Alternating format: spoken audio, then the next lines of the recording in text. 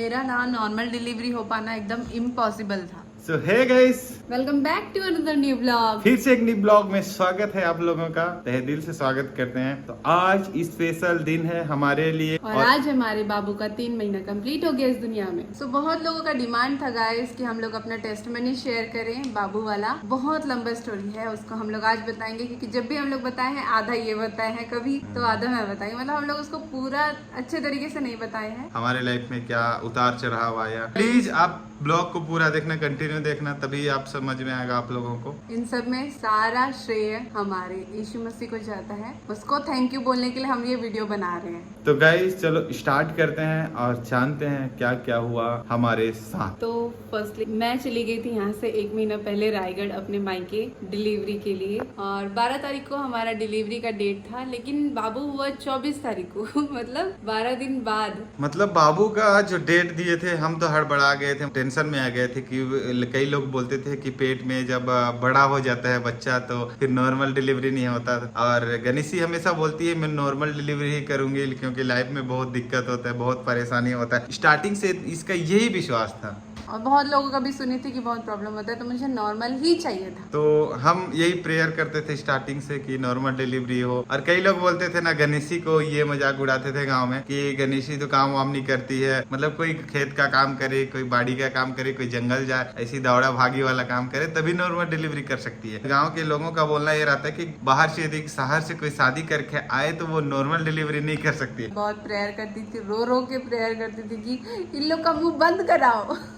तो मैं भी नहीं सोचा था यार कि लाइफ में इतनी बड़ी चीज हमारे लाइफ में परमेश्वर हमारे लिए करेगा। स्टोरी बताता हूँ। 12 तारीख को मैं गया, फिर हम गए चेकअप कराने के लिए, सोनोग्राफी कराने। सोनोग्राफी में पता चला कि बेबी मैच्योर हो चुका है बाहर निकलने के लिए, लेकिन मुझे दर्द ही नहीं हो रहा था। ताजुब बात है ना ये, इसको दर्द ही नहीं हो रहा था। 12 तारीख को हमारा डेट था, हम लोग 24 तारीख तक वेट करते रह गए कि अभी पेन होगा तो हम हॉस्पिटल जाएंगे। नहीं, 24 तारीख 2 दिन पहले हम लोग गए थे हॉस्पिटल। हाँ, 2 दिन पहले हम लोग 22 तारीख को हॉस्पिटल गए थे और ब्लॉग में भी आया हो। हम एक गायनेकोलॉजिस्ट एक मैम थी, वहाँ दिखा रहे थे, तो उन्होंने कहा वेट कर लो, तो हम वेट कर रहे थे। फिर जब पेन आया ही नहीं तो हम चले गए मेडिकल कॉलेज, हाँ हॉस्पिटल रायगढ़ का। तो मेडिकल कॉलेज गए, वहाँ डॉक्टर ने चेक किया, वो बोले सर्विक्स ओपन होना होता है, आप लोग जानते होंगे जिनका बच्चा हुआ है। तो मेरा सर्विक्स ओपन ही नहीं हुआ था, बिल्कुल भी नहीं हुआ था। चेक किए तो उन्होंने कहा कि ऑपरेशन करना पड़ेगा।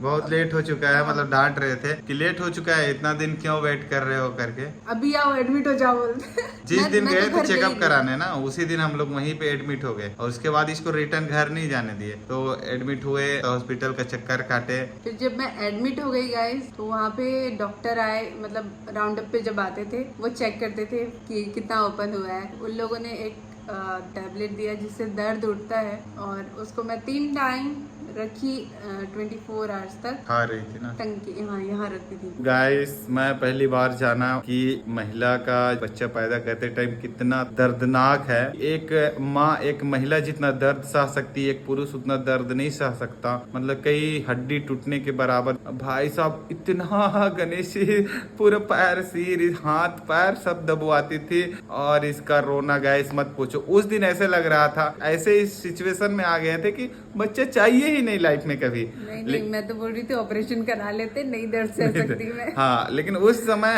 मैं महसूस कर रहा था कि हमें बच्चा नहीं चाहिए भाई, इतना दर्द नहीं झेल सकते। लेकिन जब बच्चा होता है ना गाइस, फिर उसके बाद जो मतलब यहाँ पे हम लोग का सबसे बड़ी गवाही है। अब आते हैं हम लोग 24 तारीख को, पीड़ा का लास्ट दिन था डिलीवरी का। 23 तारीख को वेट करके देखे रात को होगा करके। 24 तारीख को 3 बजे मैं एडमिट हुई रात में, सुबह मतलब, और डिलीवरी वाला मुझे पेन हो रहा था। और फिर 4:15 को हमारा बेबी, मतलब मैं 1 घंटा पूरा लेबर पेन से जूझ रही थी गाइस। अब मुझे ना एकदम गट फीलिंग आया कि अब बच्चा आ सकता है, तो मैं चली गई अंदर, बोली नर्स मैं रेडी हूँ। फिर उसके बाद कुछ अचानक हमारे लाइफ में कुछ ऐसे सिचुएशन आ जाता है कि सुन के मेरा पैर से जमीन खिसकना शुरू हो जाता है। नर्सेस आती हैं और वो बोलती है कि गणेशी के पति कौन है? जी मैम मैं हूँ। तो क्या हुआ? उन लोग बोलते हैं कि आपके बच्चे लेटरिन करके पानी पानी पी लिया है, उस दिन लगा कि अब मैं किसके पास जाऊं, कहाँ जाऊं। उसके बाद मेरे को अंदर लेके गए और बोले कि आपको साइन करना पड़ेगा, अगर बच्चे को कुछ हो जाता है तो जिम्मेदारी आपका होगा करके। और गया मैं, इसके भाभी को बुलाने के लिए बोला, इसकी भाभी भी साथ में थी और मैं बोला तो भाभी बोली नॉर्मल है, ऐसे कुछ नहीं होगा और साइन कर दो। तो मैं साइन कर दिया, मेरे को तो कुछ पता ही नहीं था। लेकिन सच बताऊं तो उस टाइम सब लोग एकदम ज्यादा डरे हुए थे, मेरी भाभी भी, और यहाँ से जो भाभी हमारी गई थी वो भी एकदम ज्यादा डरी हुई थी। हुआ ये, मैं साइन करके गया और उस समय मेरे पास कोई नहीं था, बस एक था, सर्वप्रथम स्थान दिया हूँ मेरा परमेश्वर, उसके पास मैं इतना शुभ आया, इतना शुभ आया। और उस दिन मैं जाना परमेश्वर से, मैं बोला कि परमेश्वर आप यदि मुझसे प्रेम करते हो तो सब कुछ सही होना चाहिए। लाइफ में कभी भी मैं किसी के लिए नहीं रोया था, लेकिन उस दिन मैं हमारे लिए, हमारे बच्चे के लिए, वो परमेश्वर है जो आज हमारे लिए एक सुंदर बच्चा को दिया।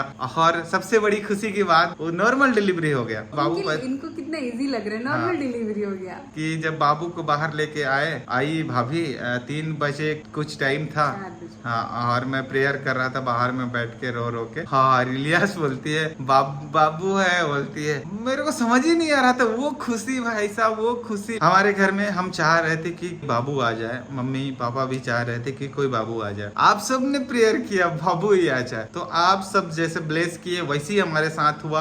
और आप कभी भी अपने लाइफ में हार कभी मत मानिएगा, आपके साथ परमेश्वर है, बस उस पर भरोसा रख के देखिए एक बार, क्योंकि वो सर्वशक्तिमान परमेश्वर है। बोलती है भाभी कि नॉर्मल हुआ, कोई पानी वानी नहीं पिया है करके। क्या ही बताऊं, सब कोई प्रेयर कर रहे थे। प्रेयर का जो ताकत, परमेश्वर हमारे लिए सब कुछ करता है जो हम चाहते हैं, बस हमें परमेश्वर में बस बने रहना है। और उसके बाद जस्ट तुरंत बाद क्या हुआ, जब बच्चा पैदा हो गया, गणेशी आई, सबसे पहले कौन देखा बाबू को? भाभी।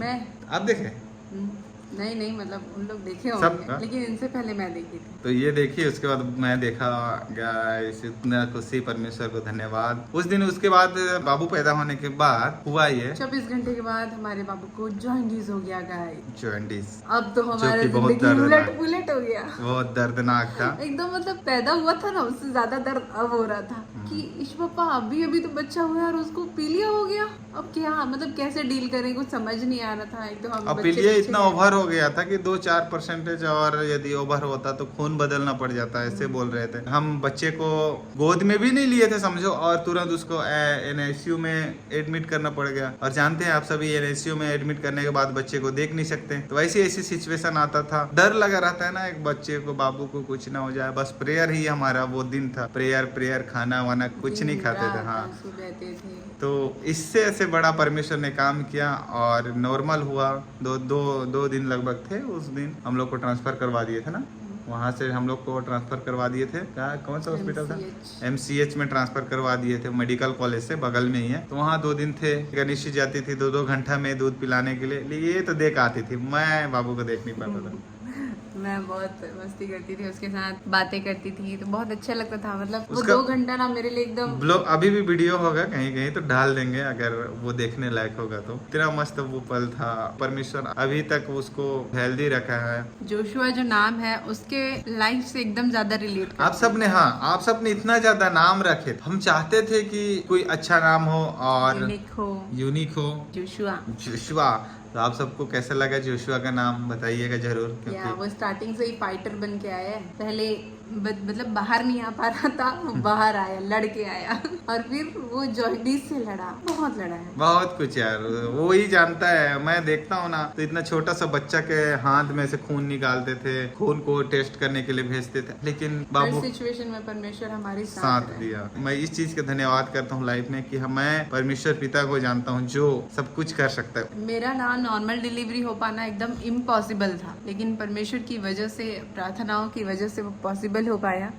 और आज हमारा बाबू एकदम हेल्दी है। मैं इसके लिए परमेश्वर का धन्यवाद देती हूँ। तो यही था हमारा कहानी। कुछ भूल गए हैं क्या? और नहीं भूले हैं। और अगर कुछ भूल गई होगी तो मेरी भाभी बताएगी। वो कमेंट करेगी ना भाभी।